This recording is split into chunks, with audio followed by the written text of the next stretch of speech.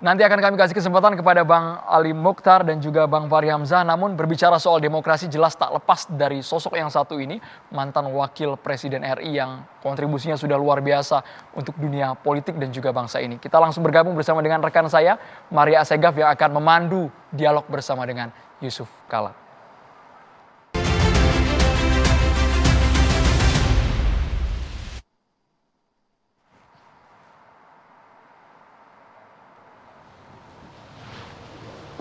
Iya, pemirsa, di dalam segmen lebih dekat kali ini, tayangan perdana kita hadirkan sosok istimewa tadi sudah sempat kita singgung, yaitu adalah suatu sosok tokoh bangsa yang tak lepas dari demokrasi dan juga kancah perpolitikan di tanah air. Siapa lagi jika bukan Bapak Muhammad Yusuf Kala, Wakil Presiden RI ke-10 dan 12. Assalamualaikum Pak JK. Waalaikumsalam Maria. Ya, Pak JK, ini izin membuka masker karena kita sudah jaga jarak. Tadi sebelum sini juga kami sebelumnya sudah diswab terlebih dahulu dan alhamdulillah hasilnya negatif Pak JK. Ya, Pak JK, kalau kita bicara mengenai hal ini, sebelumnya tentu kami akan menanyakan dulu, Pak JK sehat? Alhamdulillah. Alhamdulillah sehat. Pak JK sehat, saya sehat, kita semua sehat. Namun nampaknya rasa-rasanya demokrasi kita ini sedang lagi panas, Pak. Kurang sehat. Demokrasi itu satu sistem, bukan tujuan. Ya. Banyak orang seakan-akan menganggap demokrasi itu tujuan. Bukan, dia hanya sistem untuk mencapai tujuan. Tujuan kita ialah kemajuan, kemakmuran, ya, kemajuan bangsa. Dengan cara demokrasi juga bukan sistem yang sempurna, tapi lebih baik daripada yang lain.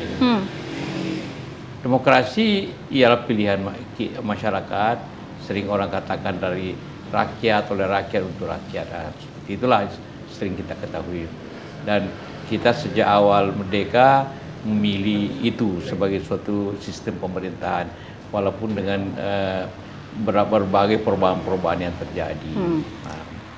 Nah, salah satu pilar atau inti daripada demokrasi ialah tentu mewakili rakyat, kan? Mewakili rakyat oleh partai dengan cara pemilu. Itu kita tahu semua itu. Nah, kita berada dalam sistem. Kalau ada penilaian bahwa demokrasi kita menurun, tentu ada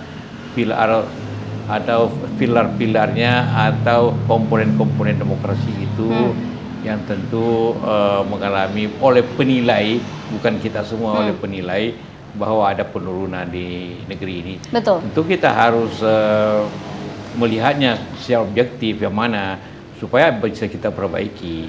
Apakah itu pemilunya, apakah itu suara rakyat yang didengar, apakah itu sistem pemilunya, betul, atau sistem kita menjalankan pemerintahan sehingga terjadi penurunan nilai. Karena kita juga memiliki data Pak JK yang dirilis oleh The Economist Intelligence Unit pada tahun 2020 lalu. Mereka meneliti mengenai indeks demokrasi dunia. Indonesia masuk Pak JK dalam urutan ke-64.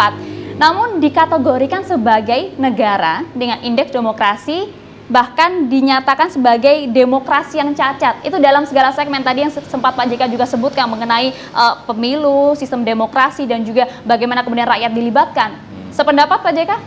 Ya, saya tidak baca survei itu, tapi tentu ada komponen-komponen demokrasi atau pilar demokrasi itu yang dinilai orang bahwa negara lain lebih baik dari kita.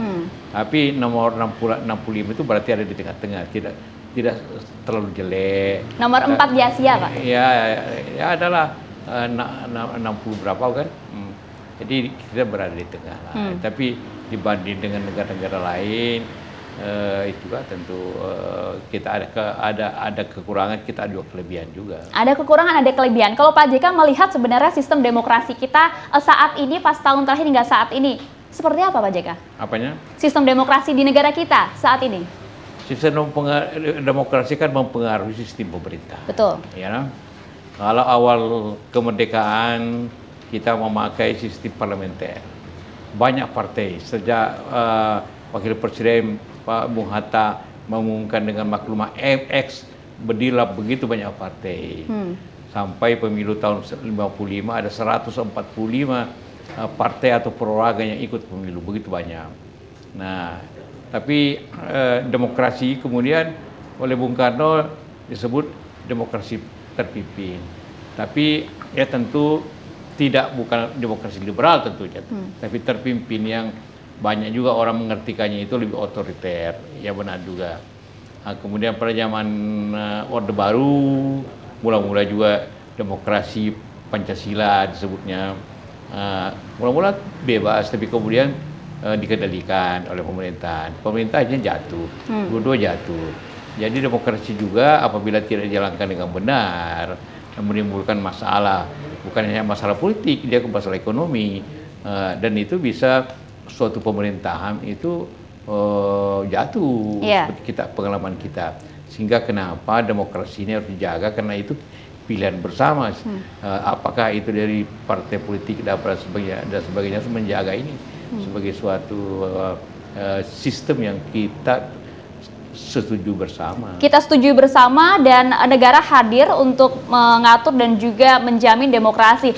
Boleh cerita sedikit Pak JK, pada saat Pak JK sempat memimpin sebagai Wakil Presiden ke-10 dan juga 12, pengalaman Pak JK menghadapi tentunya pada kala itu banyak sekali juga masalah-masalah demokrasi yang buncah, Pak JK. Iya, pasti di mana-mana sama saja. Kalau kita bicara keadaannya, partai politik contohnya ya. Karena kalau kita ingin berdemokrasi, maka pilih demokrasi sebagai partai harusnya demokrasi, harus menjalankan demokrasi internal mereka.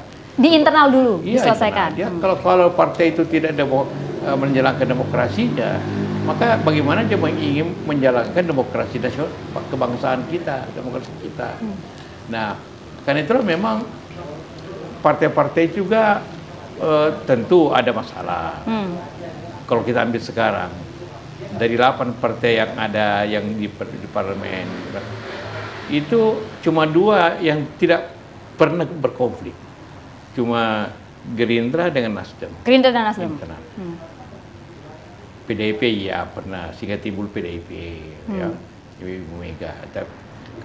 Golkar pernah, ya. dengan Agun, dengan Ical, atau sebelumnya juga pada saat 98 juga, tinggal timbul Pak Edi Sudraja bikin PKPI. PKS sekarang bikin Partai Gelora, kemudian PAN juga oleh Pak Amin Rais bikin Partai Umat juga.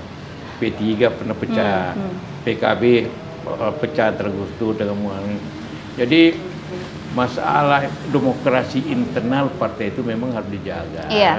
Supaya kita dapat menjadikan demokrasi itu sendiri. Kalau tadi juga disebut Pak JK, sebenarnya banyak juga contoh permasalahan demokrasi, salah satunya dalam sebuah tubuh partai politik tidak hanya perpecahan tapi juga dualisme. Pak JK melihatnya seperti apa masalah dualisme partai misalnya hingga saat ini masih terus terjadi? Apakah ini juga sebuah kehancuran demokrasi, Pak JK? Ya, satu bagian daripada perlu perbaikan. Nah, memang kalau terjadi suatu partai-partai itu mengalami masalah, konflik internal ataupun eksternal, maka ada beberapa pilihan. Ada berdasarkan pengalaman. Ada pilihan PDIP bikin partai baru. Zaman Bu Mega. Iya, Bu Mega, ya, dan maju. Dan malah sekarang nomor 1 Mega. Golkar dulu bikin juga partai baru, Pak Edi Sudrajat, PKPI. Itu bagian dulu dari Golkar pecah. PKS sekarang agak terpecah, bikin juga partai baru. Terakhir Demokrat juga. Sekarang ya kita tidak tahu apa yang mau dibikin, itu terserah lah. Tapi solusinya partai baru atau ke pengadilan. Atau yang menentukan sekarang ini ialah ujung-ujungnya ialah bagaimana penegakan hukum, penegakan hukumnya, jadi bagaimana aturan dan yang terjadi itu, jadi nanti menentukan justru pemerintah yang menangani itu untuk aturan sesuai aturannya itu bagaimana. Nah ini Pak JK, karena kita lihat saat ini yang kita tunggu sebenarnya bola panasnya sedang berada di pemerintahan. Sebenarnya pada situasi seperti ini pemerintah harus bersikap seperti apa? Posisinya di mana begitu Pak JK? Ya, pemerintah netral dan menjalankan betul-betul aturan undang-undang yang ada, undang-undang kepartaian dan sebagainya, dan juga tentu sesuai dengan anggaran dasar partai itu sendiri. Itu pengalaman yang ada. Terakhir bisa kompromi atau terjadi suatu kedamaian seperti yang terjadi antara Golkar dulu, antara Agung dengan Ical, terus sekarang ini di P3 mulai baik antara Jan Farid dengan ini. Jadi bisa berbagai cara bisa diselesaikan, dan supaya bangsa ini, kalau seperti saya katakan, kita ingin menjalankan sistem demokrasi. Kalau yang menjalankan sistem demokrasi itu sendiri tidak menjalankan demokrasi yang baik, maka bagaimana menjalankan demokrasi dengan rakyat begitu ya Pak? Kalau kita lihat juga sebenarnya posisi pemerintah saat ini yang sedang ditunggu-tunggu, kita juga masih menunggu nanti bagaimanakah akhir dari kisah demokrasi kita saat ini yang juga masih makin panas. Pak JK, terima kasih banyak perbincangan singkat kita mengenai demokrasi. Tentunya banyak pedoman yang juga kita bisa ambil, Andro dan juga teman-teman yang ada di studio. Andro.